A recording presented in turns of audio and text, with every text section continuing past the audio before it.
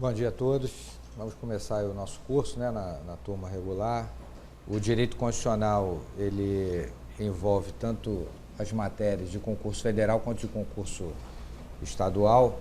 E eu vou trabalhar com vocês em direito constitucional nesse primeiro semestre e posteriormente em direito previdenciário e direito de propriedade industrial para quem for fazer uma abordagem mais federal da matéria. Tá? Meu nome é Marcelo Leonardo Tavares. E eu sou professor do Master aqui desde a criação do Master, né, em 1989, e tenho muito prazer de fazer esse trabalho com vocês. Tá? Eu vou colocar aqui no quadro o programa da nossa matéria, vou fazer alguma indicação bibliográfica, orientações também de estudo em relação à jurisprudência, e depois nós já vamos abordar a primeira parte da nossa matéria.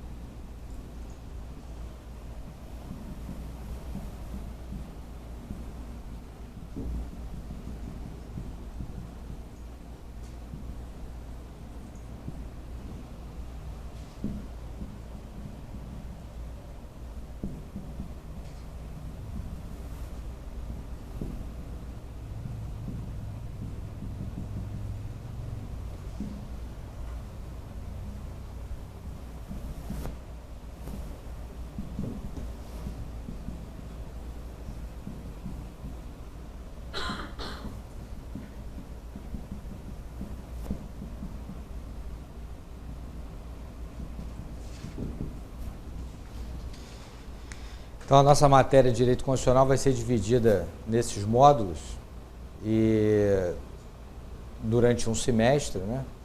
Essa divisão é uma divisão bastante satisfatória na abordagem dos concursos públicos.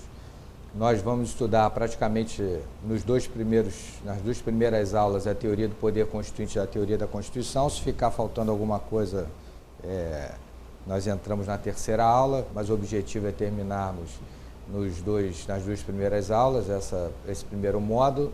Depois ingressamos em hermenêutica constitucional, que geralmente dura de 3 a 4 aulas, essa parte de hermenêutica. O bloco de controle de constitucionalidade, que é um dos maiores do nosso curso, geralmente dura de 4 a 5 aulas, esse bloco de controle, tá? É um dos mais importantes. Depois o estudo do Estado Federal Brasileiro. Nós vamos ver uma parte inicial, introdutória de teoria geral do Estado, conceito de Estado, Estado Federal, e depois nós vamos ver o caso brasileiro da organização do Estado Federal. Vamos estudar a institucionalização dos Estados-membros, município, Distrito Federal. O penúltimo módulo sobre organização de poderes.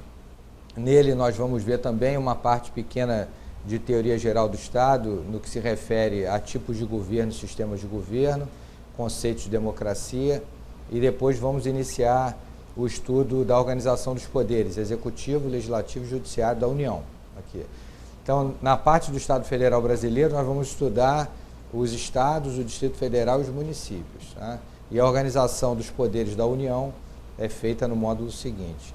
E o último módulo de direitos fundamentais, nós vamos estudar uma parte inicial de teoria geral dos direitos fundamentais, e iniciamos depois uma parte específica dos direitos individuais, direitos sociais, direitos de nacionalidade e direitos políticos. Tá? Então, abrange a matéria completa da maioria dos concursos em direito constitucional, e acho que vocês vão ter aí um conteúdo suficiente, né, para o objetivo de atualização e de fazer o concurso público. Tá? Eu sempre faço algumas inserções em relação a alguns concursos específicos, nesses pontos, né? Às vezes há uma abordagem maior num concurso da Magistratura Federal ou da Procuradoria da República em relação a cada um dos módulos. Procuro passar, antes de cada um deles, uma bibliografia específica. Nós vamos ver uma bibliografia geral do curso e antes de nós entrarmos em cada módulo, eu também trago uma bibliografia específica. Tá? Faço também algumas colocações em relação à jurisprudência recente do Supremo Tribunal Federal e passo alguns exercícios também no nosso curso. Tá bom? Deixa eu passar a bibliografia geral e já a bibliografia específica desse primeiro módulo. Coloca, por favor, aqui no slide. Bem, esse primeiro módulo vai ser sobre poder constituinte e teoria da Constituição. Né? Então, em relação à bibliografia geral, como vocês têm uma carga de estudo bastante grande em várias matérias, acho importante que vocês tenham um curso para que vocês sigam, tá? Em cada matéria. Então, a minha sugestão é que vocês tenham um livro de direito constitucional bom, um livro de direito processual, e que vocês procurem abordar esse livro inteiro. Na medida do possível, quando for necessário, em relação a algum módulo específico, aí eu vou falar mais de direito constitucional, uma bibliografia específica, eu vou fazer a indicação e vou dizer se na minha visão aquilo é necessário ou não, ou se eu apenas estou fazendo uma complementação daquela bibliografia. Tá? Bem, pegando toda a matéria de direito constitucional, acho que vocês deveriam utilizar ou o livro de Direito Constitucional Esquematizado do Pedro Lenza, ou o livro do Gilmar Mendes e outros, ambos da editora Saraiva.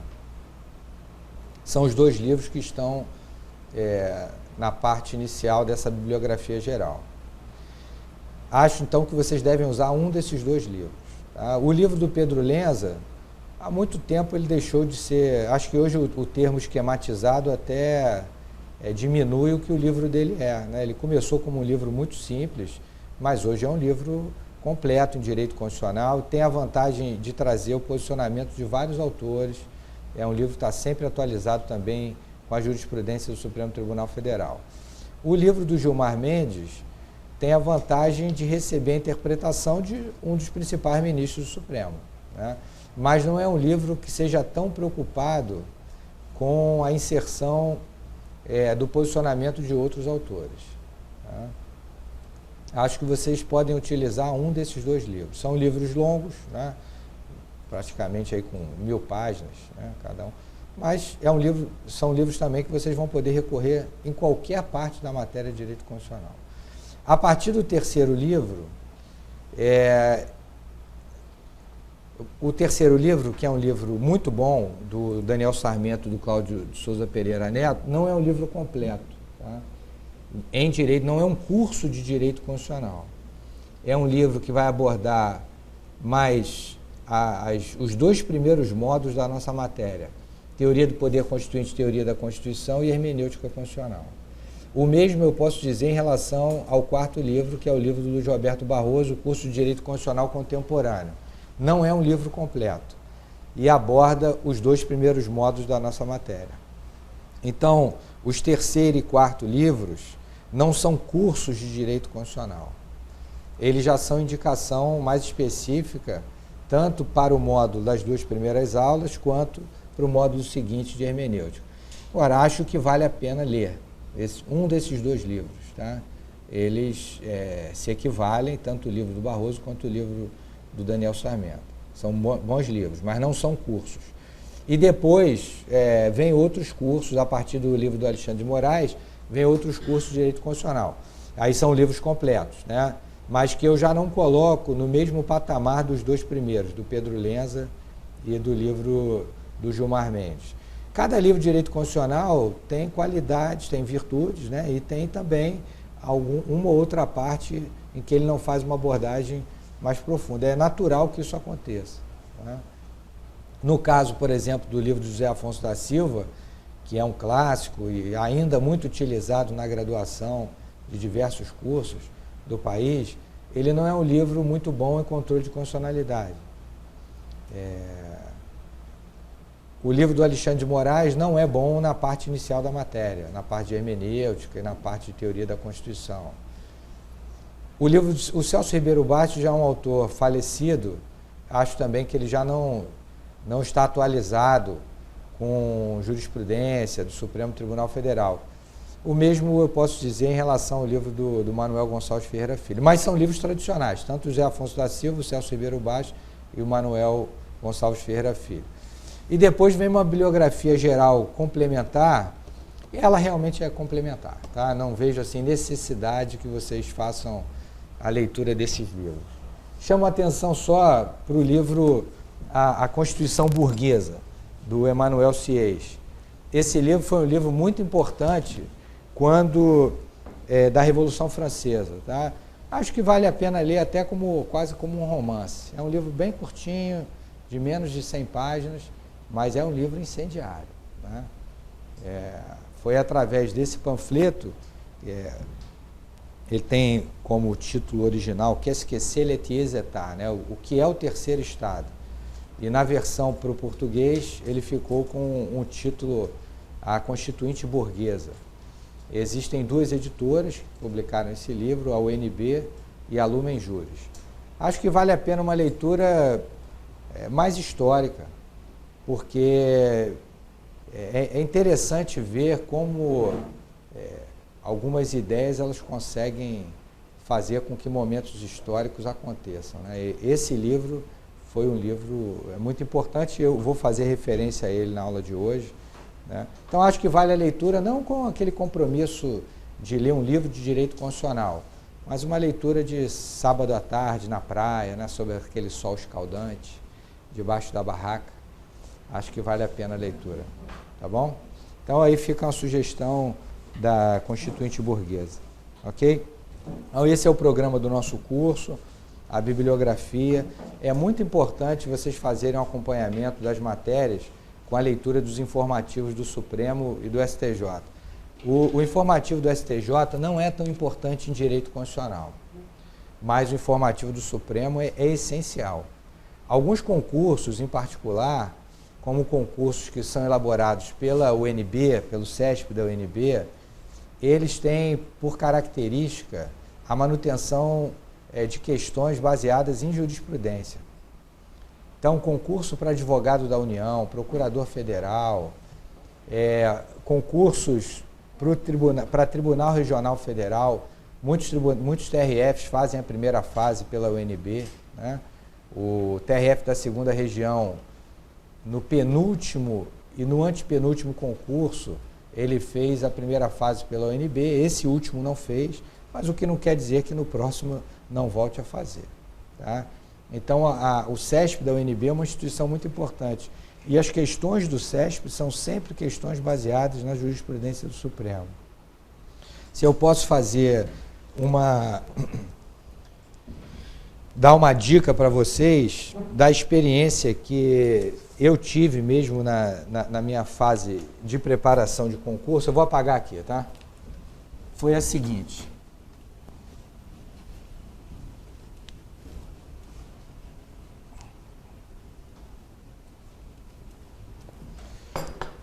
Bem, eu abri um arquivo, na época que eu estava estudando, assim, aquele estudo mais direcionado mesmo.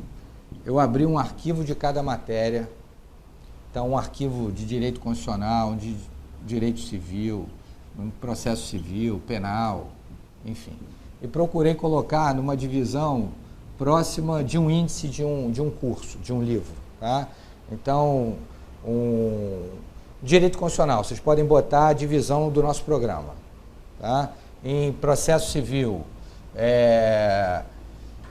processo de conhecimento, processo de execução, enfim, cautelar, façam a divisão que vocês quiserem.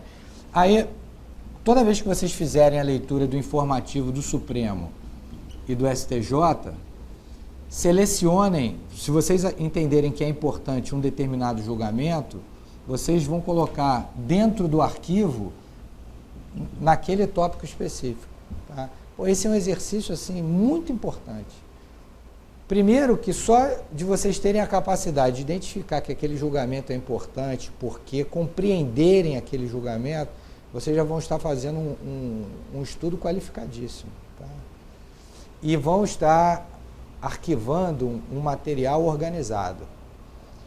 Isso vai ser de grande importância quando vocês estiverem fazendo aquela preparação mais próxima para a prova. Se vocês depois fizerem uma leitura disso aqui, vocês vão ver como vai ser útil. Como vai haver questão baseada nesse material que vocês selecionaram. Eu preciso dizer que existem algumas editoras que fazem isso aqui. Mas terá muito mais valor se vocês fizerem. Entendeu? Porque vocês vão estar lendo, compreendendo o julgamento, entendendo a importância dele, o ato de classificar tem um valor muito grande, intelectualmente. Vocês conseguirem classificar. Não, esse é um julgamento importante em controle de constitucionalidade. Esse é um julgamento importante porque decide um aspecto do Pacto Federativo Brasileiro, né? Tratando da atribuição do Estado em relação à atribuição da União. Então, vocês vão localizar aqui no Estado Federal Brasileiro. Isso aqui é muito importante. Tá? Eu, até hoje, faço isso. Não mais com todas as matérias, que eu não tenho mais tempo, né, para fazer isso. Não estou mais me preparando para o concurso. Né? Eu tenho outras atividades. Mas, em relação às matérias com as quais eu trabalho mais diretamente, direito constitucional, direito previdenciário, propriedade industrial, processo civil, eu mantenho meus arquivos atualizados até hoje. Desde o primeiro informativo do Supremo. Primeiro informativo.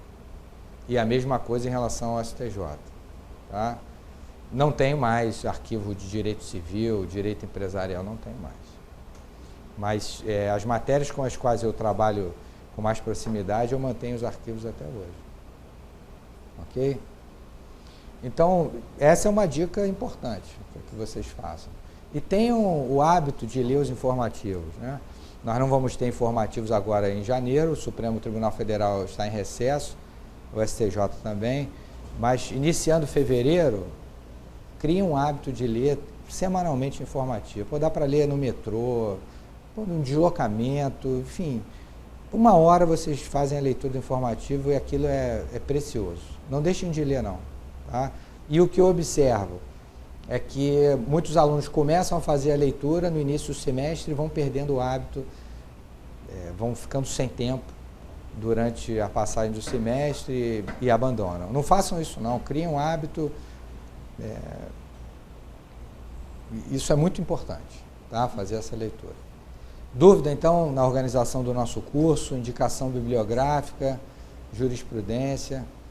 Bem, o objetivo de um curso preparatório é transmitir informação, mas principalmente, eu acho que essa é uma característica do Master, que ele consegue manter ainda, é procurar ensinar uma forma de raciocinar dentro daquela matéria. Talvez isso seja o mais valioso e que caracterize o Master diferentemente de outros cursos, né?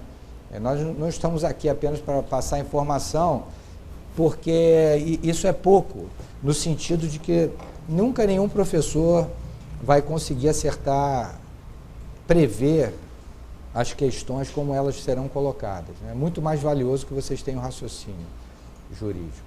Tá? Então, nós fazemos uma abordagem aqui que não é uma abordagem meramente informativa. Tá? É uma abordagem de raciocínio e se vocês conseguirem captar esse espírito, eu acho que vocês terão muito mais capacidade de progresso profissional mesmo, intelectual, não apenas para passar no concurso público, mas para exercer com dignidade os cargos para os quais vocês almejam, né, alcançar esse sucesso. Então, serão bons promotores, bons juízes, bons procuradores, bons defensores, né? A questão não é só passar, é poder exercer a profissão corretamente, né? Com qualidade, tá bom? Então, essa é uma característica do Master que eu acho que o identifica assim, dentro de um mercado hoje de concurso que tem características mais festivas, muitas vezes, né, do que de conteúdo mesmo. Tá bom? Dúvida, então, no direito constitucional? Podemos começar nossa matéria? Então, vamos abrir um tópico, teoria da Constituição e teoria do poder constituinte e teoria da Constituição. Dentro desse módulo, né, de teoria do poder constituinte e teoria da Constituição, a primeira abordagem que nós vamos fazer é uma abordagem sobre a teoria do poder constituinte.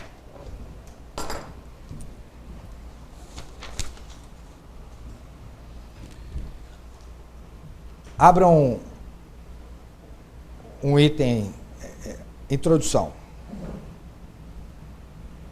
Esse item de introdução, ele geralmente não é um item que seja pedido em concurso público, assim, mas como eu disse, a preocupação não é exatamente essa. É dar a vocês um raciocínio em direito constitucional adequado. Ele é um tópico valioso, apesar dele não ser um tópico de informação. Então não se preocupem talvez em copiar muito nessa introdução, não. Eu vou ditar algumas coisas depois, no conceito, características e tal, mas eu queria que vocês raciocinassem comigo. A teoria do poder constituinte é uma teoria que procura legitimar o poder. Em palavras bem simples, é uma teoria que procura justificar por que alguém aceita que o outro mande. É uma teoria que procura justificar, legitimar o exercício do poder.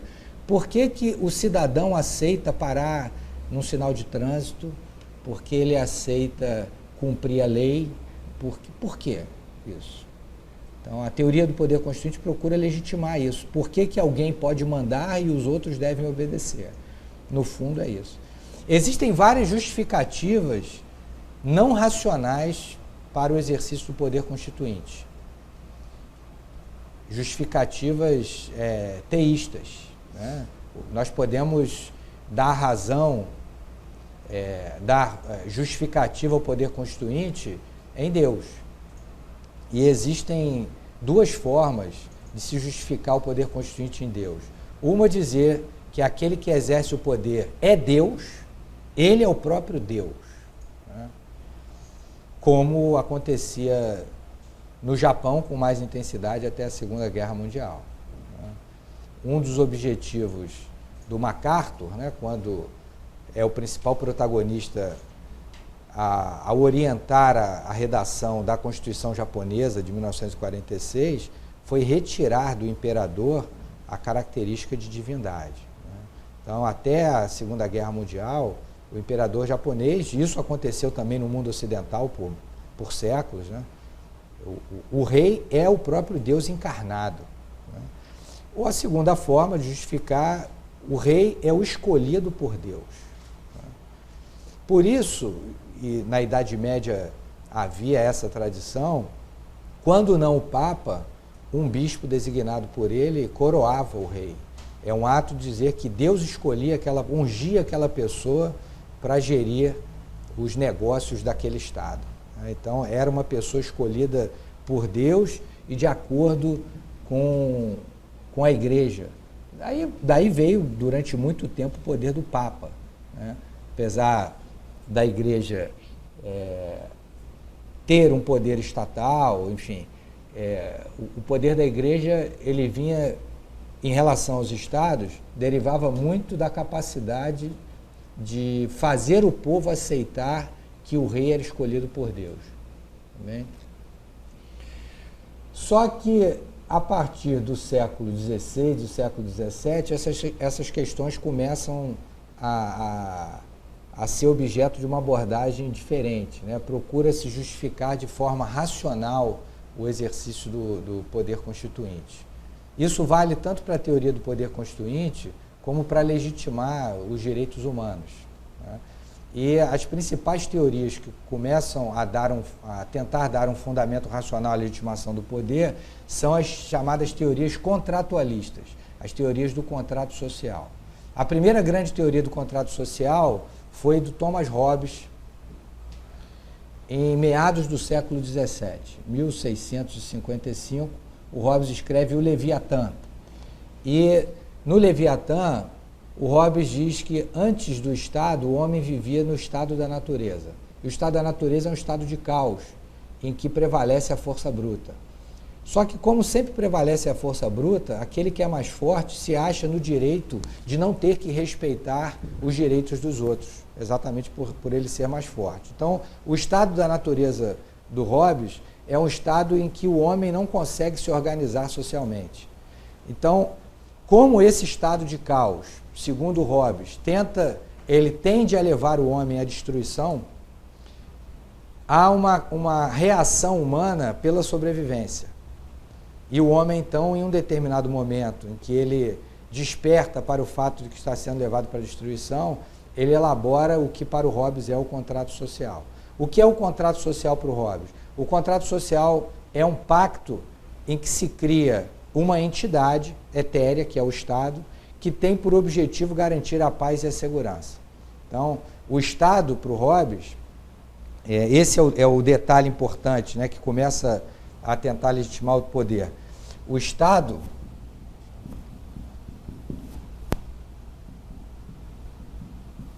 ele é formado pela entrega da liberdade dos indivíduos.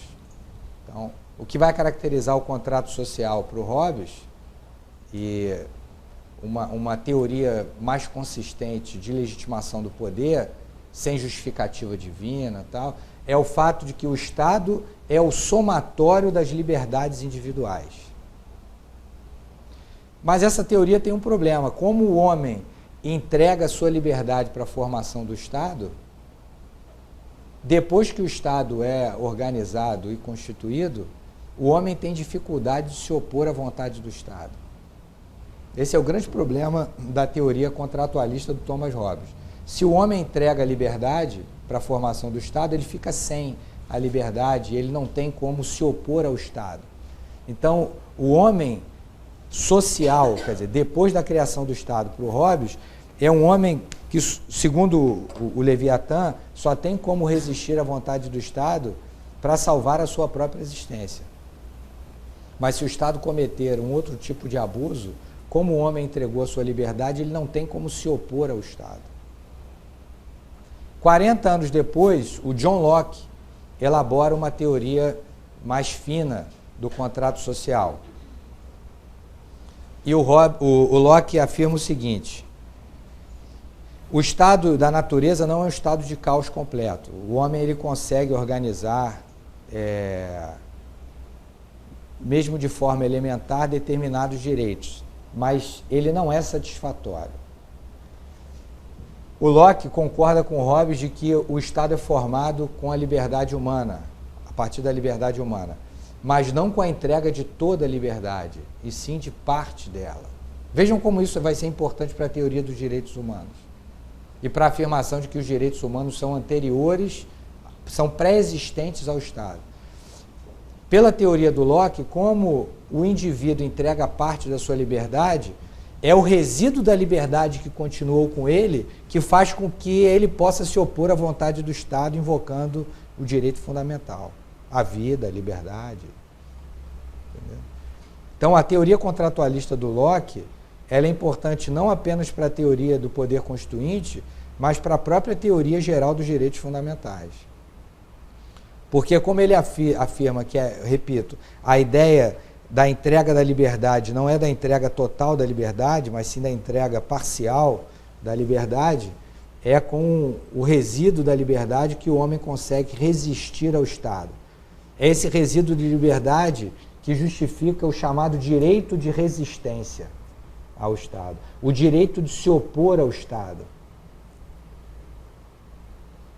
o direito de exigir, dentro de uma concepção de direito fundamental de primeira geração, uma obrigação negativa de o Estado se abster de violar a liberdade individual.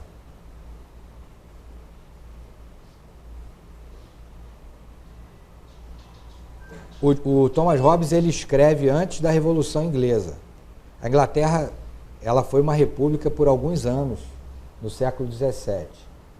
E o John Locke escreve no finalzinho do século XVII, já depois da Revolução Gloriosa, que restabelece a monarquia, já com a dinastia dos Stuarts, né? O século XVIII é importante por duas obras capitais para a teoria do direito do Estado, que é a obra do Montesquieu, antes um pouquinho de 1750, 1748. O Montesquieu é importante porque ele dá um tratamento mais elaborado à teoria da separação dos poderes, que é fundamental para a organização do Estado de Direito. Mas a teoria da separação de poderes não é do Montesquieu. A primeira importante teoria de separação de poderes é do John Locke, que escreve 50 anos antes. A diferença da teoria de separação de poderes do Locke para o Montesquieu é que, para o John Locke, o poder deveria ser separado em 3 órgãos: o poder executivo, o poder legislativo e o poder federativo. O poder legislativo, para o Locke, era o poder de elaborar leis. O poder executivo era o poder de concretizar a lei. E essa concretização era feita administrativamente e judicialmente. Então, o poder judiciário está inserido no poder executivo do John Locke. E o terceiro poder do John Locke é o poder federativo, é o poder de tratar com outros países. É o poder externo do Estado. Vejam que os norte-americanos aproveitaram a teoria da separação de poderes do John Locke para elaborar a teoria da federação. A federação é uma criação norte-americana.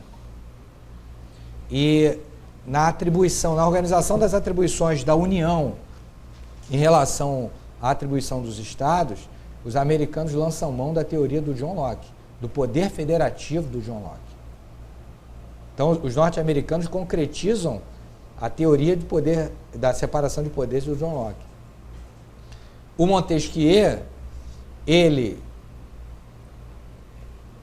teoriza que o poder federativo está dentro das atribuições do executivo e que o poder de julgar deve ser separado do poder executivo. Então, ele faz a separação clássica que prevalece até hoje, a mais importante, organizando os poderes em 3 também, mas o poder executivo, legislativo e judiciário. Não há nenhuma diferença entre a atribuição do poder legislativo no John Locke e no Montesquieu. Bem, ainda no século XVIII, alguns anos depois, escreve o Jean-Jacques Rousseau o Contrato Social. E o contrato social é importante, muito mais importante para a concepção de democracia, de que o poder é do povo. Porque até então, em todas essas teorias, seja do Thomas Hobbes, do John Locke, o poder constituinte ele era meio etéreo, né? Ele não era humanizado. Então, a grande contribuição do Jean-Jacques Rousseau para a teoria política foi a humanização do poder constituinte. O poder constituinte é do povo,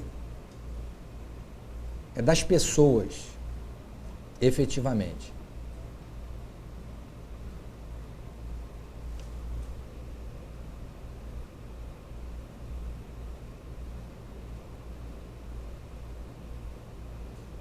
E essas teorias foram muito importantes para o conceito que nós temos hoje de constitucionalismo, né?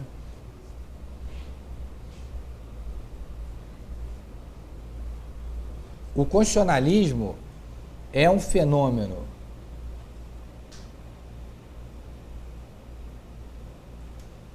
de colocação da Constituição no centro da vida social de um determinado Estado.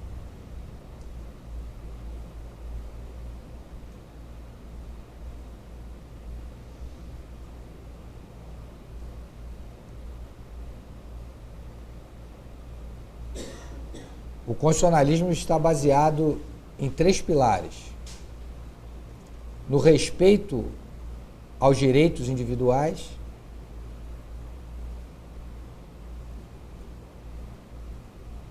na separação de poderes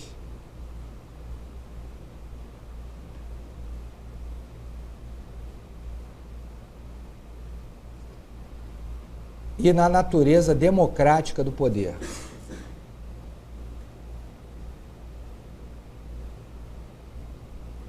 Isso faz com que hoje seja um padrão no mundo ocidental a aceitação da prevalência do modelo do Estado democrático de direito.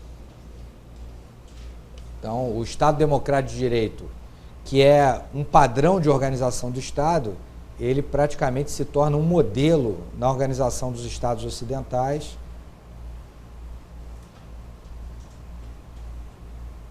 A partir da evolução do constitucionalismo.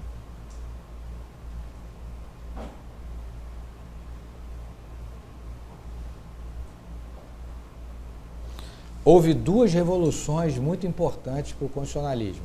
A primeira foi a independência norte-americana e a elaboração da Constituição norte-americana. Qual foi a grande contribuição dos norte-americanos para o constitucionalismo? A aceitação de que a Constituição é superior no ordenamento jurídico, é o ato normativo superior que serve de fundamento para todos os outros atos normativos.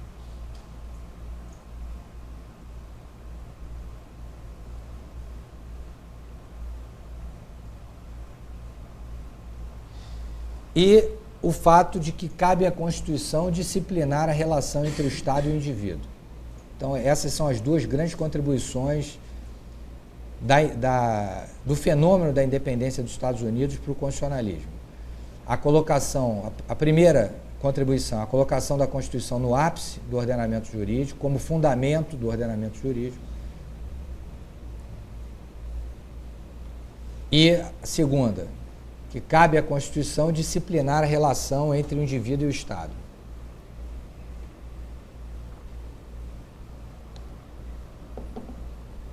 E a segunda foi a Revolução Francesa.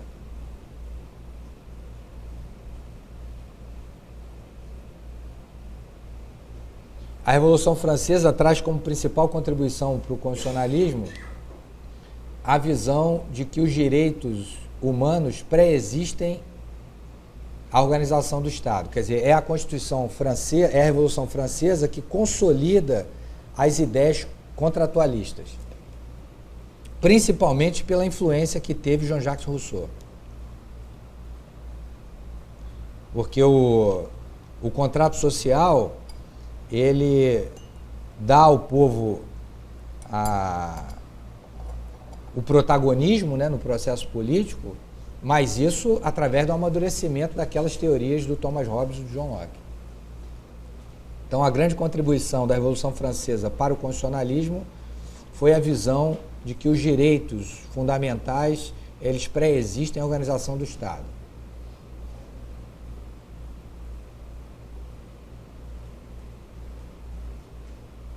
Em outras palavras, né, o homem vem em primeiro lugar. A última grande contribuição para o constitucionalismo foi dada a partir da Segunda Guerra Mundial, com a proeminência do controle de constitucionalidade feito por cortes constitucionais. Então, o controle de constitucionalidade é a última grande contribuição para o constitucionalismo, que possibilita que os atos do Estado sejam invalidados, principalmente para a proteção de minorias.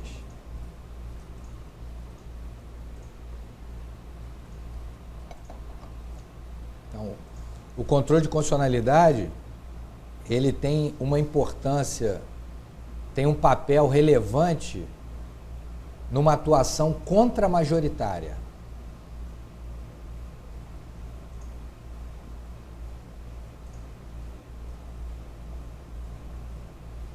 Então, raciocinem aqui comigo. Se nós estamos num Estado democrático, a organização do Estado é feita pela vontade da maioria, não é isso? Só que a maioria não pode tudo.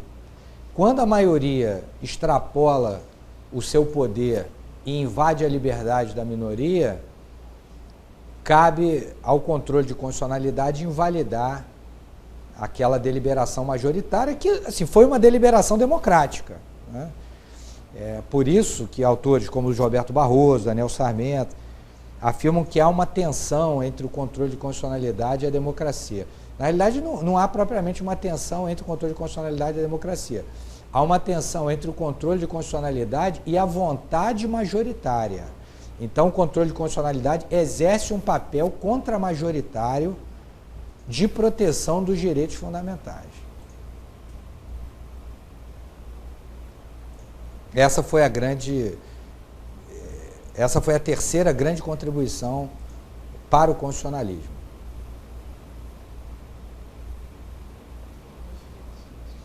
Ué?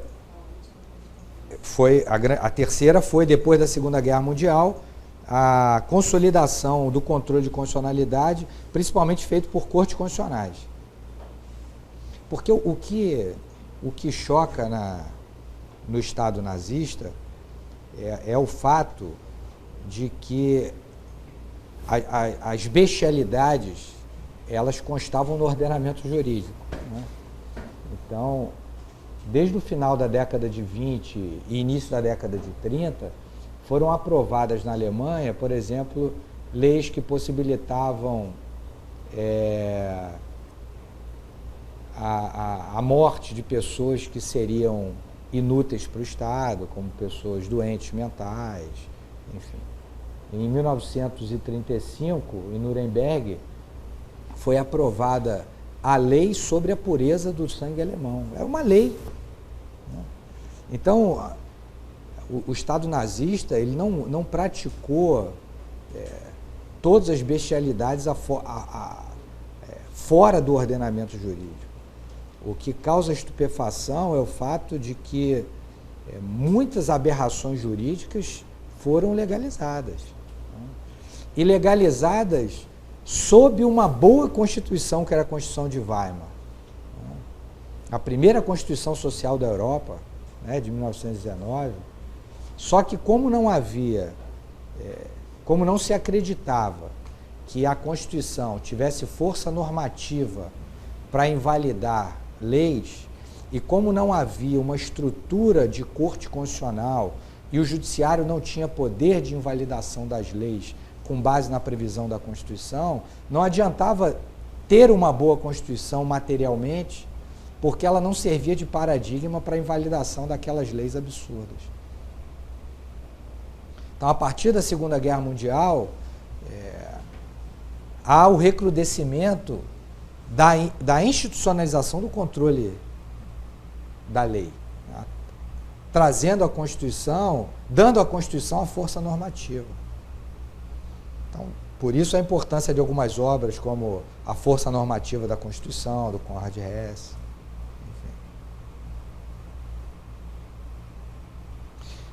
Na década de 30, na língua alemã, houve o embate teórico de, talvez, dos três maiores teóricos de direito do Estado do século XX, né? O Carl Schmitt, o Hans Kelsen e o Hermann Heller. O Carl Schmitt e o Hermann Heller eram alemães, o Hans Kelsen austríaco, né, todos na língua alemã. E como eles se posicionaram na década de 30 em relação ao nazismo? O Carl Schmitt teorizou para o nazismo, né? O Carl Schmitt, que tinha uma obra inicialmente teórica resguardando a força do Estado, e isso principalmente em relação a um primeiro grande livro dele, que é A Ditadura, né? Mas ele não escreve a ditadura ainda num momento nazista da Alemanha, ainda na década de 20, sem muita vinculação. A partir de 1933, o Carl Schmitt ele se vincula ao nazismo, se filia ao partido nazista e começa a ter benefícios acadêmicos nas cátedras por ser um teorizador do nazismo. Carl Schmitt, ele, por exemplo, teoriza que quem deveria controlar a validade das leis era o Führer. O poder de invalidação não deveria ficar com o Tribunal Constitucional, e sim com o Führer. Quando a SA, né, que é uma polícia política que antecede a SS, ela, na chamada Noite de Cristal, assassina, mata vários líderes nazistas que estavam começando a contrariar as orientações do Hitler, que se torna a proeminência do Partido Nazista, que até então não era a proeminência do Partido Nazista. Quando o Hitler ele começa a ter muito poder dentro do partido e resolve eliminar fisicamente os seus opositores dentro do partido, e ocorre a chamada Noite de Cristal, e a SA mata várias pessoas, o Carl Schmitt escreve um artigo justificando aquela ação, isentando o Hitler da responsabilidade. Então, assim, ele atua favoravelmente e ele é engajado politicamente. O Hermann Heller, ele é o primeiro teórico do Estado que começa a afirmar que no Estado de Direito o Estado não pode tudo, que deve haver um controle de leis, que a Constituição ela materialmente serve de paradigma de controle e que isso deve ser feito pelo Poder Judiciário. E ele começa a teorizar o Estado Social. Então, Hermann Heller é muito importante. Ele se opõe ao Carl Schmitt intelectualmente, se opõe ao nazismo e é expurgado. Ele começa a ser perseguido academicamente aos 40 anos e foge para a Inglaterra e depois vai lecionar na Espanha e se torna professor de vários constitucionalistas importantes na Espanha. Pablo Lucas Verdú, vários. Então, todos esses grandes constitucionalistas espanhóis foram alunos do Hermann Heller, que morreu aos 40 e poucos anos de ataque cardíaco. Ele nem completou a obra dele, Teoria do Estado. Não acabou o livro dele, o livro é inacabado. E o terceiro é o Hans Kelsen. O Hans Kelsen, ele constrói uma teoria que retira a possibilidade do controle de constitucionalidade das leis. A partir do momento que ele afirma que uma lei só pode ser invalidada a partir da sua forma, né, que qualquer conteúdo é um conteúdo legal, né, que o direito ele deve ser puro das avaliações, das injunções materiais, políticas, ele retira da Constituição de Weimar, da Constituição austríaca, a possibilidade do controle material de constitucionalidade. A grande contribuição do Hans Kelsen foi a da teorização do Tribunal Constitucional. Mas não caberia à Constituição servir de paradigma material a leis absurdas. A Constituição não teria esse poder. E essa não é uma contribuição do Hans Kelsen. Então, a partir da Segunda Guerra Mundial, o modelo do Tribunal Constitucional, que é o modelo do Kelsen, combinado com a força normativa da Constituição, isso dá ao Estado de Direito um outro contorno e a possibilidade da Constituição servir de paradigma na invalidação de leis que perseguem a minoria, né? E faz realmente com que o controle de constitucionalidade se estabeleça na Europa e sirva de força contra-majoritária dentro da democracia. Tá bem? Então, assim, foi uma introdução até longa, mas eu acho que assim, a gente tem que raciocinar sobre as coisas. Não adianta eu ficar despejando um monte de informação e aí cai uma questão numa prova um pouquinho diferente. Ah, não sei. Não sabe. Pô, mas eu não tenho como prever todas as questões que vocês vão enfrentar. O que eu posso fazer é tentar raciocinar com vocês e prepará-los para raciocinar.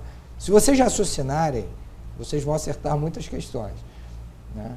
Muitas vocês vão acertar porque tem informação, mas não se tem como dar informação de tudo.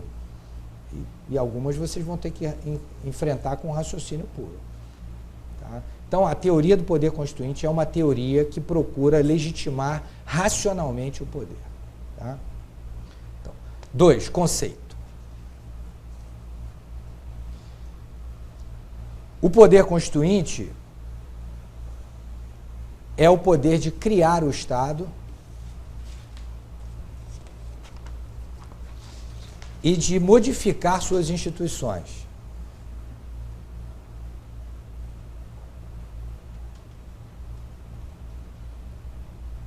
Além disso, no Estado Federal, é o poder de organizar as entidades federadas.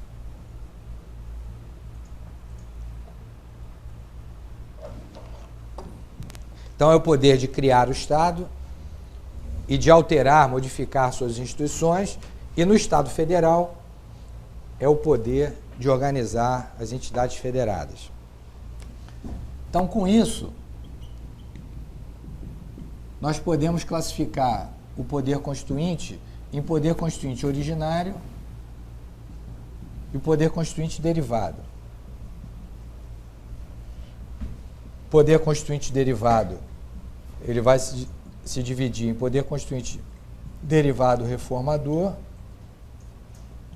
poder constituinte derivado decorrente.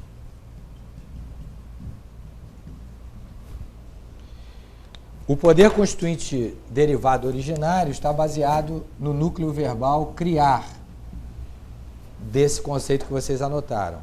O poder constituinte derivado reformador, de modificar as instituições estatais. E o poder constituinte derivado decorrente, de organizar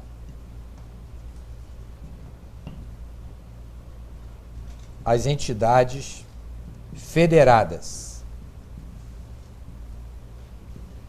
Só existe poder constituinte derivado decorrente em federações. Não há poder constituinte derivado decorrente no Estado unitário. Porque o Estado unitário não tem divisão política, tem divisão administrativa. Mesmo os Estados unitários regionais ou autonômicos têm divisão administrativa. A entidade federada não se auto-organiza através de uma Constituição.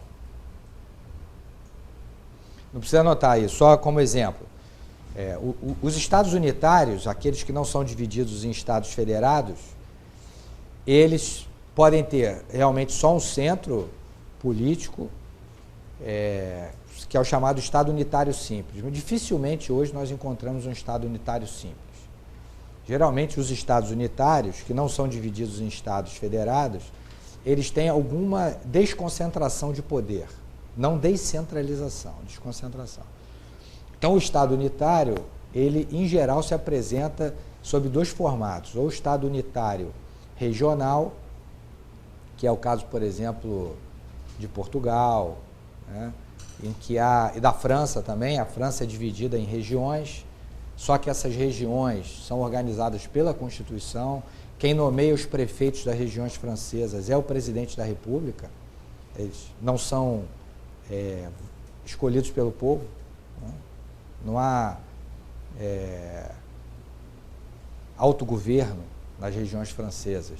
O prefeito é escolhido pelo presidente. Ou o Estado unitário, ele é mais desconcentrado ainda, que é o caso do Estado autonômico, modelo espanhol.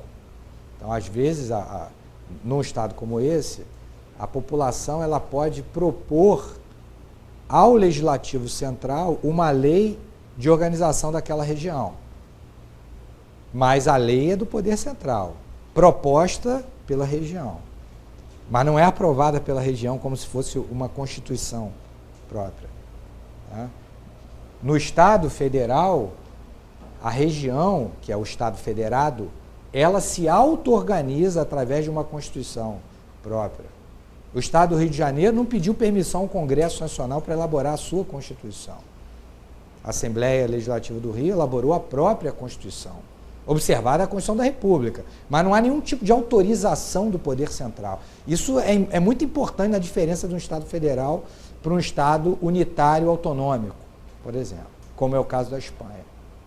Tá bom? A Catalunha, ela propôs ao Congresso espanhol a lei de organização da Catalunha, mas quem aprovou foi o Poder Central da Espanha. Tá bom? Os catalães não gostam muito disso. Mas a independência, enfim, é algo que se conquista, né? Não se concede, não se conquista. E a guerra de independência, quando tem sucesso, vamos falar um pouquinho de realidade política, né? Quando se faz uma revolução, um movimento social com derramamento de sangue, enfim, quando ele tem sucesso, ele é uma revolução e ele pode escrever a história dele, é óbvio que com isso ele extirpa todos os seus males, né? Ele é algo lindo, é a revolução, né? Ele modificou o país, ele tornou independente. Agora, quando um movimento sedicioso ele é esmagado pelo poder, ele é uma revolta, né? Como no Império do Brasil nós tivemos várias. E se alguma daquelas tivesse tido sucesso, né? Nós poderíamos ter aí Pernambuco como um país, Pernambuco teria escrito o Rio Grande do Sul, a Bahia, né? Poderiam ter escrito a sua história, a bela história da independência em relação ao Brasil, tal, blá, blá. Como foram esmagados, né? Muitas delas pelo pacificador, né? Que é o Duque de Caxias, foram movimentos sediciosos, né? Revoltas. Né? Então, assim, a história é escrita pelo vitorioso sempre. Né? Se o Brasil não conseguisse sua independência, né? Como Portugal veria o Brasil? Se os Estados Unidos não conseguissem sua independência em relação à Inglaterra, como a história seria escrita? Né? Se Luís XVI conseguisse esmagar a Revolução Francesa, como a história teria sido escrita? Então, assim, existe uma questão de realidade política. A história é escrita pelo vencedor. Quando o sedicioso vence, ele escreve a história com toda a sua beleza da Revolução, né? Isso tem tudo a ver com o poder constituinte. Quando ele é esmagado, é um movimento de motim, é assim que ele é classificado, adjetivado, é um motim, é uma sedição, eram assassinos, terroristas, isso tudo. Né? Como é que os bascos são tratados pelos espanhóis? Como os catalães são vistos pelo poder central? Dessa forma, né? São sediciosos, os bascos, então, que partem para o enfrentamento de sangue, né? Bomba, são terroristas. Né? Agora, e se com isso eles conseguissem a independência? Né? O Brasil derramou algum sangue na sua independência, não aqui no Rio de Janeiro, na Bahia. Né? Na Bahia. Vejam que, acho que é 2 de julho que é a data. Né? O baiano, ele comemora o 2 de julho de 1823. Foi quando a Bahia conseguiu expulsar os soldados portugueses. 1823. Houve derramamento de sangue na Bahia. A Bahia foi um estado que lutou pela independência do Brasil. Rio de Janeiro, a coisa foi mais política. Né? As tropas portuguesas entregaram as armas e foram embora. Não teve. Na Bahia teve enfrentamento. Né? E o baiano tem orgulho disso. A dependência do Brasil para o baiano é 2 de julho. É a data baiana, 2 de julho, porque eles morreram por aquilo. Né? Essas coisas são interessantes, porque depois passa para a história assim, a independência do Brasil. Pô, mas aquilo tem um momento, toda revolução tem um momento assim que ela fica, se cair para lá é uma coisa, se cair para cá. Né? Eu estou lendo um livro escrito pelo Evaristo de Moraes sobre o momento da República, da decretação da República. E ele fala exatamente isso. Teve um momento em que o Marechal, que tinha um grande apoio dos militares, que é o Deodoro da Fonseca, ele estava em dúvida, né? Porque ele queria alteração, queria que o imperador respeitasse mais os militares e tal, mas ele era um monarquista, pô. Ele não tinha decidido ainda em derrubar o imperador. Ele ficou em dúvida, aquilo para ele, pô, imagina o conflito de consciência de um militar para isso. E quem defendia o palácio, a estrutura do governo, era o Floriano Peixoto. Eles quase se enfrentaram. Teve um momento que o Floriano, ele deve ter visto assim, eu vou perder. E se eu perder, eu vou morrer. E aí ele decidiu não resistir, não houve derramamento de sangue. Na Revolução Republicana. Né? Mas se o Floriano decidisse resistir, ele era o legalista, Floriano Peixoto, que se tornou o segundo presidente, né, republicano. Ele era o legalista. Se ele decide resistir, eu não sei como seria. E talvez ele vencesse. E aí, como seria tratado o Deodoro? Um traidor da pátria. É assim que ele estaria nos livros. Não seria nome de cidade, nome disso, nome de bairro, nome de... Aí seria... E se a Revolução Rio-Grandense dos farrapos fosse vitoriosa? O poder constituinte é isso aí, pô. E a partir do momento que a Revolução é vitoriosa, se cria o Estado, muitas vezes. Né? Bem, então o poder constituinte é dividido em originário e derivado, com essas subdivisões aqui. Como o poder constituinte originário, ele cria o Estado através da Constituição. Então, a Constituição é o ato normativo inicial do Estado. É o ato normativo organizador do Estado, de criação do Estado. Antes da Constituição, se tem o poder constituinte originário. Depois da Constituição, se tem poderes constituídos, que, prevalecendo a teoria do Montesquieu, são o executivo, legislativo e judiciário. Então vejam como isso é importante para a teoria da supremacia da Constituição, que é um pressuposto do controle de constitucionalidade. Sendo esses poderes constituídos, eles devem observar a normatização daquele que criou, do ato normativo que criou, que é a Constituição. Então, o poder constituinte é o poder originário de criar o Estado através da Constituição. Então, a Constituição é o ato normativo inaugural do Estado, que submete a organização do poder, dos poderes constituídos. O poder constituinte derivado reformador, o poder de modificar ou alterar as instituições do Estado. No caso do Brasil, há duas previsões normativas. Uma reforma por emenda, no artigo 60, e outra reforma de revisão, no artigo 3º do ADCT. E o poder constituinte derivado decorrente é o poder de organizar as entidades federadas. O principal exemplo, normatização, artigo 25 da Constituição, no que se refere à auto-organização dos Estados federados.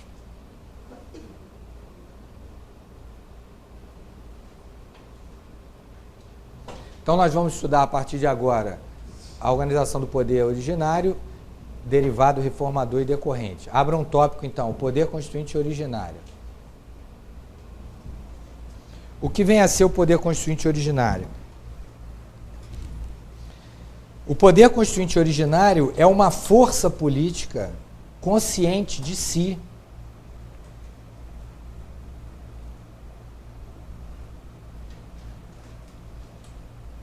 É uma força política consciente de si que resolve disciplinar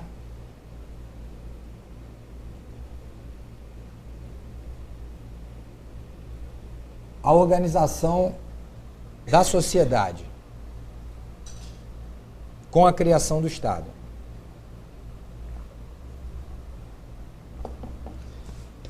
Então vejam que o poder constituinte, sob esse conceito, é algo de fato, né? É uma força política consciente de si mesmo. Eu tenho poder, para dizer, que resolve disciplinar a organização da sociedade com a criação do Estado. Então, o poder constituinte originário, ele tem que acreditar no cacife que tem, né?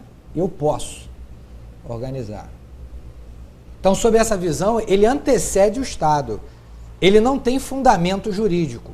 Nós não vamos encontrar na Constituição o fundamento jurídico na Constituição do poder constituinte originário, porque ele antecede a Constituição. É ele quem elabora a Constituição. Ele é uma força política.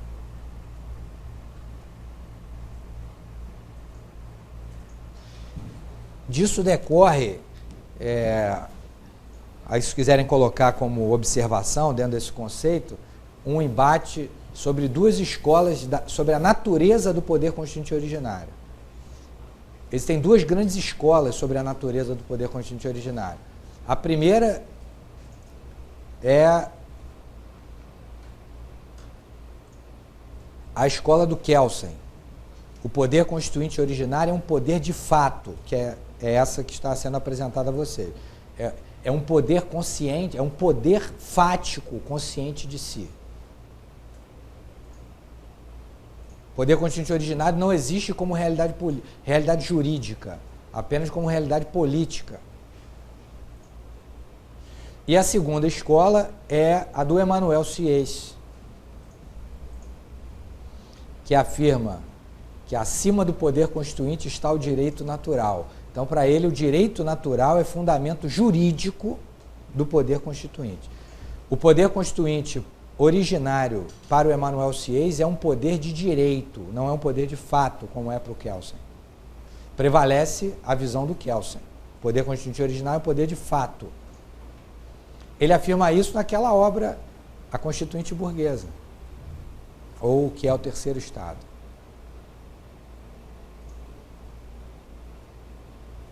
Para vocês, o que eu vou falar agora não precisa anotar, para vocês entenderem a importância desse livrinho, que eu sugiro leitura como romance, né?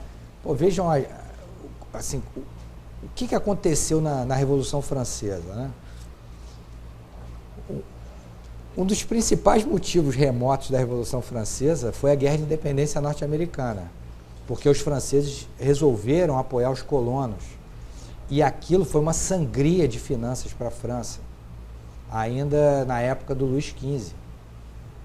A França, ela praticamente limpou seus cofres para apoiar a Guerra de Independência norte-americana. Os norte-americanos reconhecem isso, né? Que a França... Por isso essa ligação dos americanos até hoje com a França. Assim, quando a França sofre, os americanos, eles se sentem assim também atingidos. A França tem muita ligação com os norte-americanos por causa da Guerra de Independência.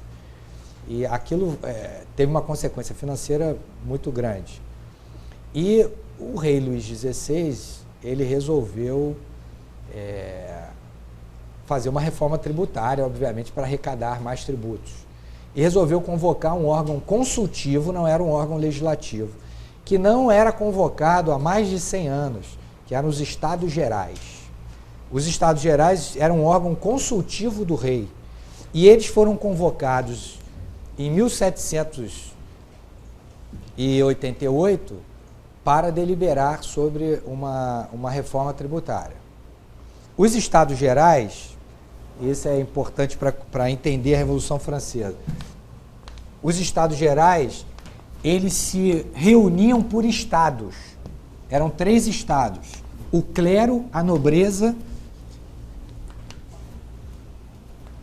e a burguesia, né? O terceiro estado, né?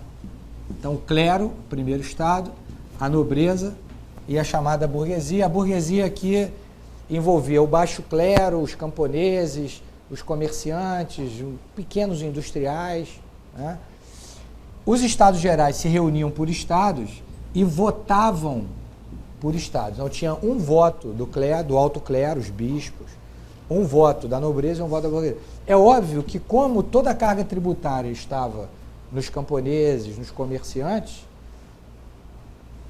tanto a nobreza quanto o clero eram isentos, eram imunes, eles iam votar a favor do arroxo tributário que incidiria somente no terceiro estado. Quando se reuniram os Estados Gerais, o Sieyès apresentou esse panfleto com algumas perguntas. O que é o terceiro estado? É o primeiro capítulo dele. O que é o terceiro estado? Aí ele responde: o terceiro estado, na França, é tudo. Ele representa mais de 90% da população francesa, ele representa toda a força econômica da França, ele é tudo. Segunda pergunta que ele faz: como é tratado o terceiro estado? Ele responde: como nada, porque ele sempre vai perder nas deliberações de aconselhamento do rei. Aí ele faz a terceira pergunta, que é o terceiro: o que pretende ser o terceiro estado? Aí ele responde: isso é incendiário, a própria França. O poder é do terceiro estado. O poder não é de Deus, o poder é do povo. Na realidade, é da nação. Cabe à nação organizar o Estado francês, e não o rei. O poder não é do rei, o poder é da nação. E aí começa a Revolução Francesa. Há ainda uma última sessão da reunião dos Estados Gerais, em que o rei, sentindo que ia perder o poder, ele comparece aos Estados Gerais. Ao comparecer à reunião dos Estados Gerais, ele já está assumindo que ele não tem poder, que um rei não vai discursar nos Estados Gerais. Quando ele faz isso, se uma pessoa tem que, seja em casa, em qualquer lugar, dizer quem manda aqui sou eu, já não está mandando, entendeu?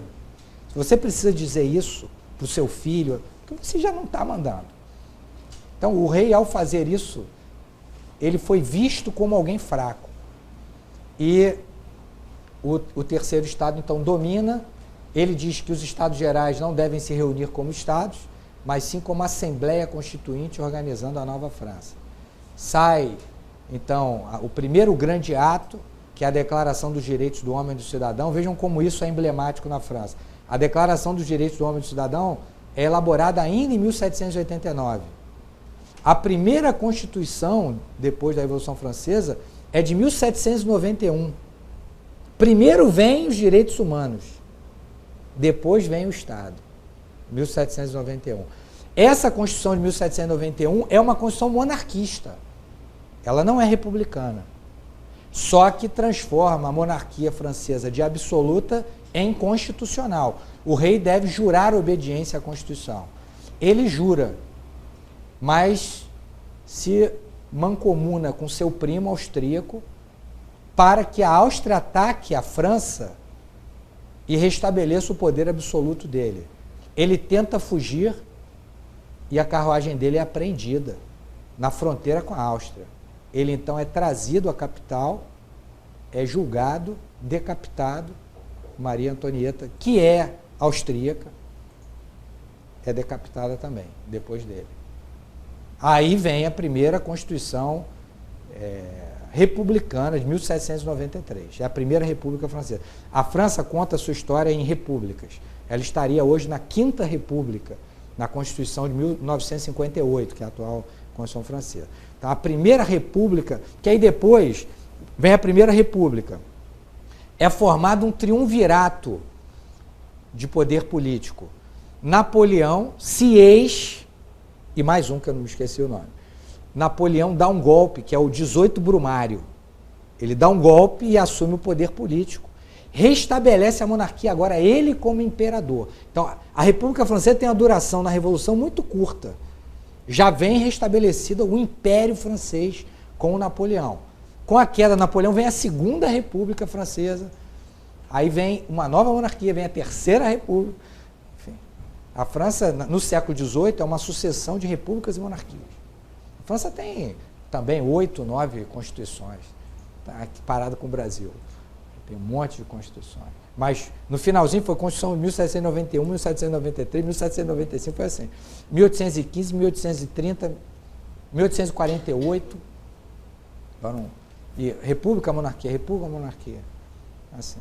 Hoje eles estão na Quinta República. Mas esse panfleto, a Constituinte Burguesa, é fundamental no momento revolucionário. Que é ele quem diz, ele que acaba com o poder, com a justificativa teísta do poder divino. Né? E vejam como isso é interessante. Né? Há uma réplica do quadro na Catedral de Notre Dame, né? O original não está lá, é a réplica.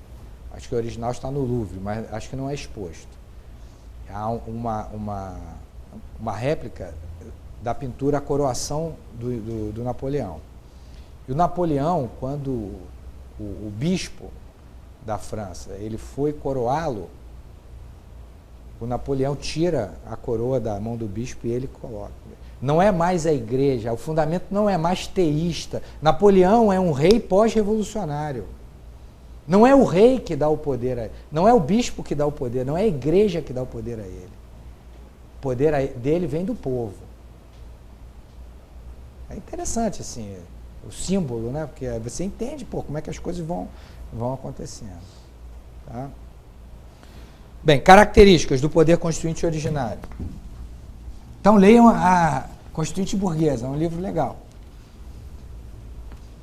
Características. O poder constituinte originário, ele é caracterizado por ser ilimitado,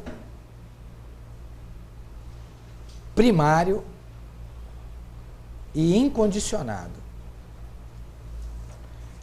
Ele é primário ou inicial porque não tem nenhum fundamento jurídico.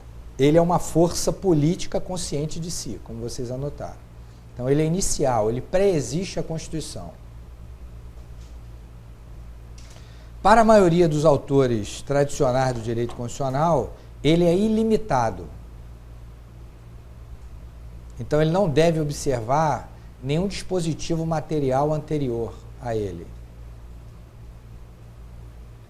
Essa característica de ilimitação está se controvertendo hoje em dia, né? Para autores do direito internacional público já há algum tempo, pelo menos de 10 a 20 anos.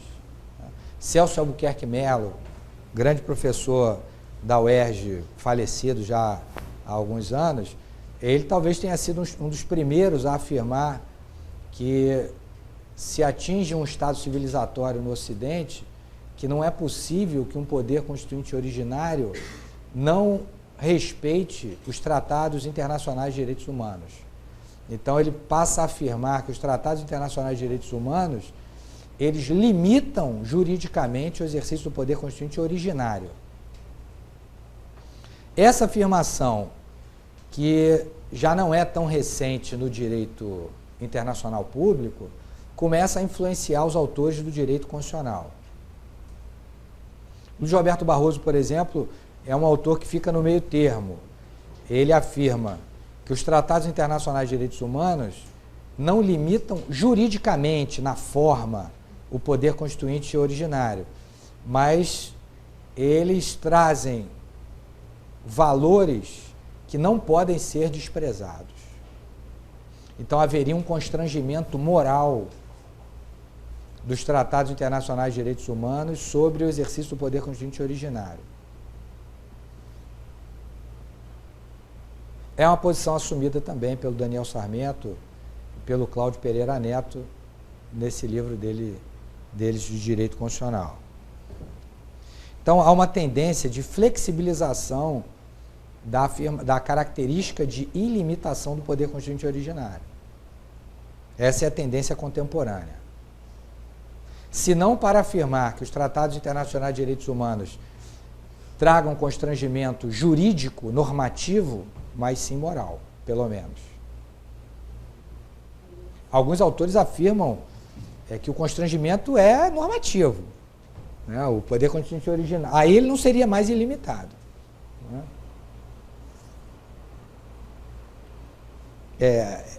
Essa afirmação de que o constrangimento é normativo, ela é mais comum no direito internacional público. Pelos direitos naturais. Só que assim, direito natural é algo que não tem muito como ser definido, né? Mas, veja só, a partir do momento que você fala que os tratados internacionais, na forma como eles estão redigidos, aí não é mais etéreo, é uma coisa concreta. São as normas, dos principais pelo menos, Tratado Internacional de Direitos Civis e Políticos, né? O Tratado Internacional de Direitos Econômicos, Sociais e Culturais, o Tratado Internacional de Proteção contra a Tortura, Tratamento Humano Desumano, Cruel e Degradante, né? Então, esses principais tratados, né? Pelo menos. A postura no concurso público, pelo menos em prova objetiva, ainda tende a ser tradicional, de afirmar, o poder constituinte originário é ilimitado, mas eu tenho a obrigação de dizer isso a vocês. Assim, essa é uma característica que se controverte, né, nos dias de hoje. Numa prova, por exemplo, para procurador do Estado do Rio, afirmar que o poder constituinte originário é ilimitado é muito pouco, tá? Até porque é uma prova discursiva, vocês têm que elaborar esse tipo de resposta e fazer a colocação da controvérsia também. Então depende da prova, né?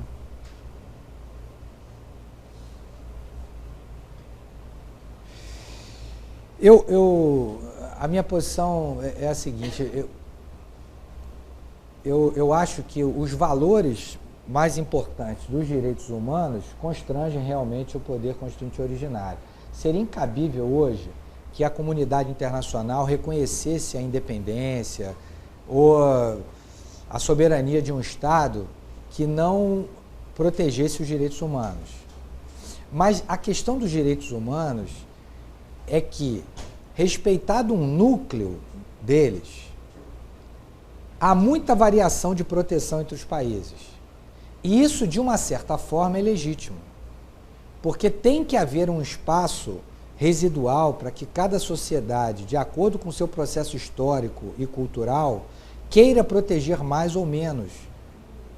Então eu estou fazendo esse tipo de colocação porque eu acho que o núcleo de proteção contra a tortura é universal. Mas, por exemplo, o direito a não haver pena de morte não é universal. Existem países que praticam e não são bárbaros. Os Estados Unidos pratica a pena de morte em vários estados da federação. O Japão pratica. Grandes países praticam. Importantes países praticam. O Brasil pratica, no caso de guerra.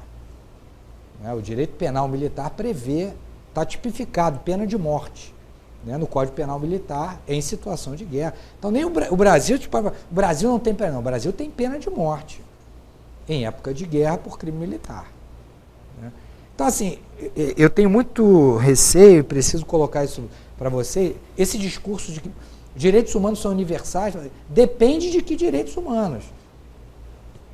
No Brasil, o direito à creche é um direito constitucional. É um direito fundamental, derivado da Constituição. O Supremo já reconheceu várias vezes. Há o direito fundamental à creche. Na França, não.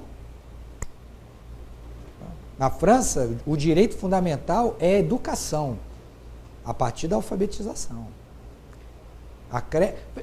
Vejam como a língua é interessante, né?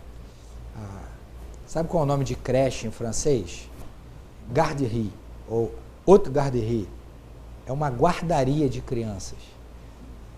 Não há compromisso com o direito fundamental à educação num lugar que é uma guardaria, um depósito, né, bom, depósito de crianças. Né? Não há expectativa que a criança aprenda ali, vai aprender depois. Pô. Então, na França não há direito. Se não tiver vaga na creche, não tem, ponto. Você que fique com o seu filho, desse seu jeito. Pô. Não há, assim, direito fundamental à creche. Aqui no Brasil tem direito fundamental. Tem que ter vaga na creche. Então, assim, os países protegem um pouquinho diferente. Então, esse discurso de direitos humanos, universais, isso pode valer para um núcleo. Nem o direito à vida, assim, ele é universal em relação ao Estado. O Estado pode aplicar a pena de morte em alguns lugares. É isso que eu... Mas mesmo quando ele aplica a pena de morte, aí eu acho que é o núcleo, ele não pode aplicar a pena da morte mediante tortura, da morte mediante tratamento desumano. Oi? Exatamente. Você não entrega toda a sua liberdade. Então, assim, na teoria geral dos direitos humanos, eu quero esclarecer logo isso de início para vocês, que é um ponto de vista que eu acho bem racional, razoável. Assim, existe um núcleo universal, mas ele é pequeno.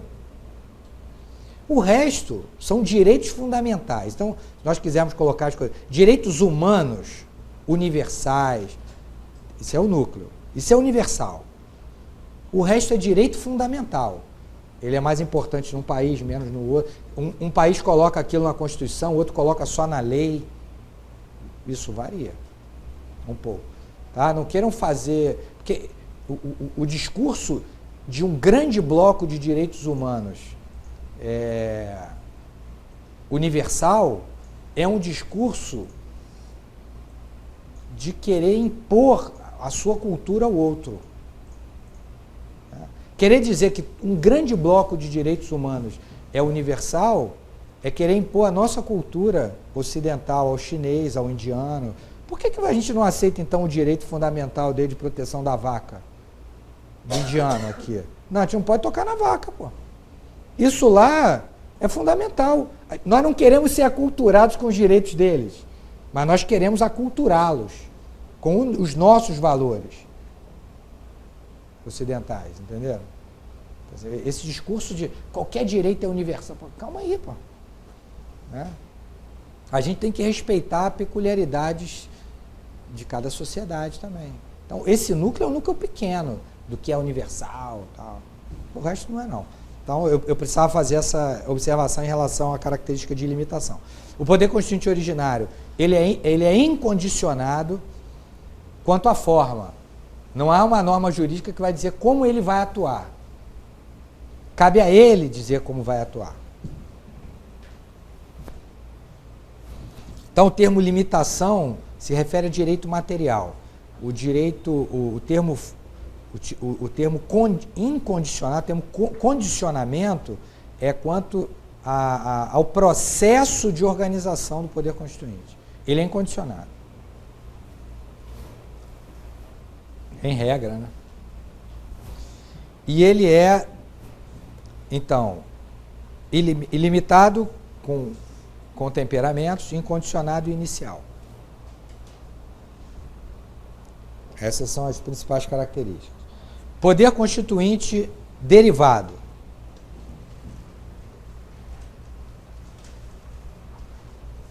Não, desculpem. Antes de nós vermos o poder constituinte derivado, abra um último tópico aí do poder constituinte originário. Último tópico. Formas de manifestação.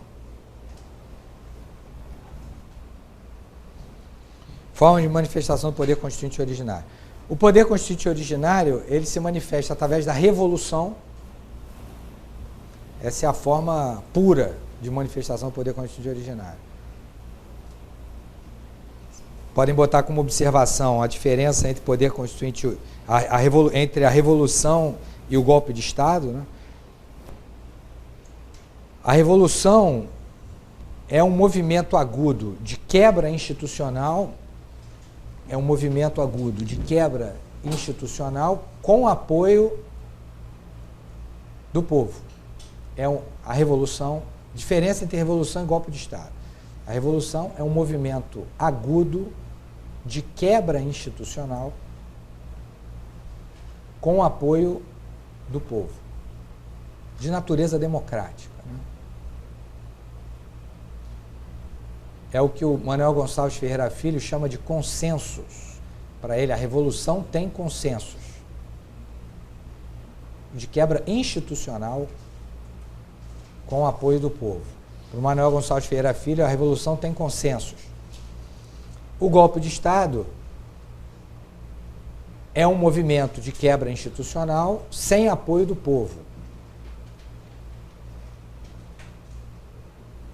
Sem consensos, no termo utilizado pelo Manuel Gonçalves Ferreira Filho.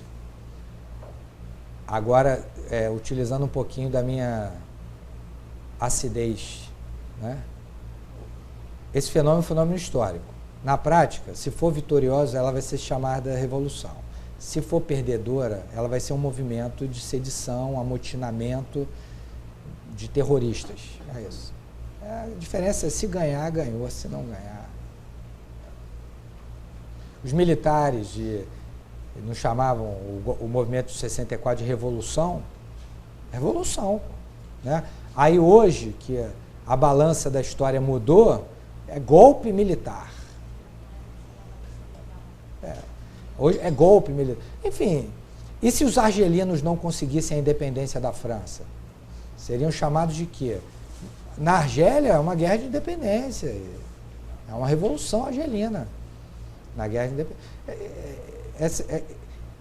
A questão do poder constituinte originário é uma questão um pouco histórica, tá? E enfática, assim, de vitória, de você ser vitorioso, né? Se você for vitorioso, você escreve a história como você quer, né? Senão, você vai ficar lá na nota de rodapé e sempre sob um lado negativo. Outras formas de manifestação. A forma assembleísta, né, que é da Assembleia Constituinte.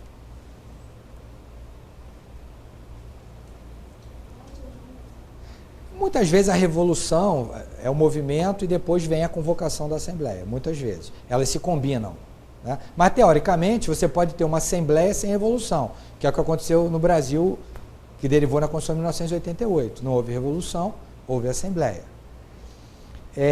Existe uma forma também de poder constituinte originário, que é a outorga, que é o poder constituinte que deriva do golpe de Estado, a imposição da nova Constituição. A Constituição pode derivar do golpe de Estado, né? A Constituição necessariamente deriva de algo bom, deriva de um fenômeno político. O bom ou mal depende de como se vê. a Revolução, a Assembleia, a outorga, né, que é a concretização de uma Constituição derivada de um golpe de Estado. Existe um método que é o método bonapartista ou cesarista. No método bonapartista ou cesarista, a Constituição é elaborada por quem tem o poder, geralmente que dá o golpe, e depois ela é submetida a um referendo popular. Então, o método bonapartista procura a aprovação popular, mas há um misto de imposição e aprovação. Porque, veja só, o povo não vai discutir os institutos jurídicos, ele vai dizer sim ou não, né? O método decorre da prática do Napoleão Bonaparte. Napoleão Bonaparte, quando queria alterar a Constituição francesa e tal, ele conseguia uma vitória militar estrondorosa, entrava na França, né, sob pétalas, e logo em seguida apresentava uma nova Constituição que era aprovada por amplíssima maioria pelo povo, um referendo, né? Quem utilizou esse método foi Hugo Chávez, método bonapartista. Elaborava a Constituição e com programas sociais muito fortes, tal, ele submetia a aprovação popular aprovada. O método, o Hugo Chávez, ele utilizou o método bonapartista. Existe a possibilidade também do chamado fenômeno heterônomo, a Constituição heterônoma, que é a Constituição feita por outros, que não o próprio povo.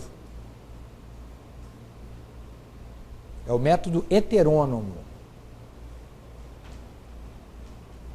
Um exemplo histórico importante é o da Constituição japonesa. A Constituição japonesa foi feita pelos aliados, pelos Estados Unidos, né?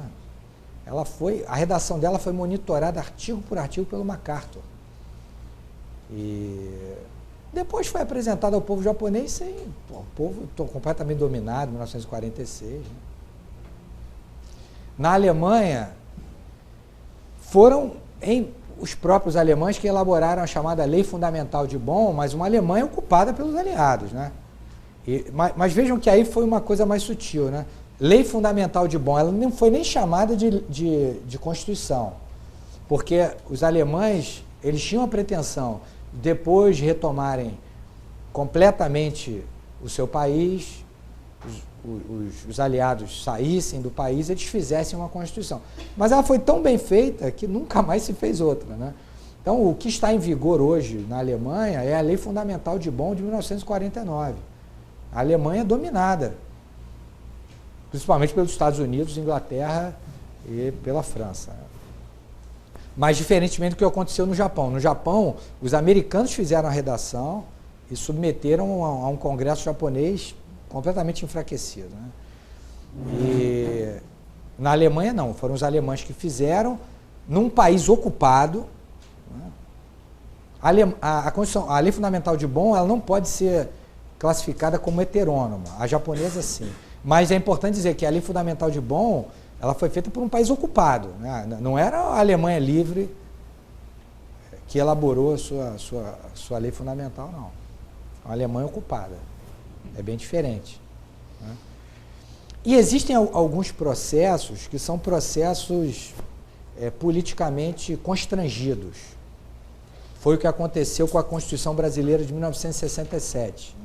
A Constituição Brasileira de 1967 é denominada pelo Paulo Bonavides de Constituição Congressual, porque não houve propriamente uma Assembleia Constituinte. O presidente da República, no meio da ditadura, né, apresentou uma proposta de Constituição e deu 1 mês e 10 dias para o Congresso analisar. Um Congresso que já estava expurgado de vários deputados e senadores de oposição cassados. Né? Então, assim, ela não foi outorgada formalmente pelo presidente. Ela é uma Constituição congressual. O Congresso era o Congresso ordinário, não foi eleito como Assembleia Constituinte, teve 1 mês para apreciar, um Congresso sem uma liderança de oposição, mas foi promulgada pelo Congresso. Tá? Veja, é um ato de força, mas que se procurou legitimar no Congresso Nacional Ordinário. É a Constituição Congressual. Tá? Vamos fazer um intervalo, depois eu volto.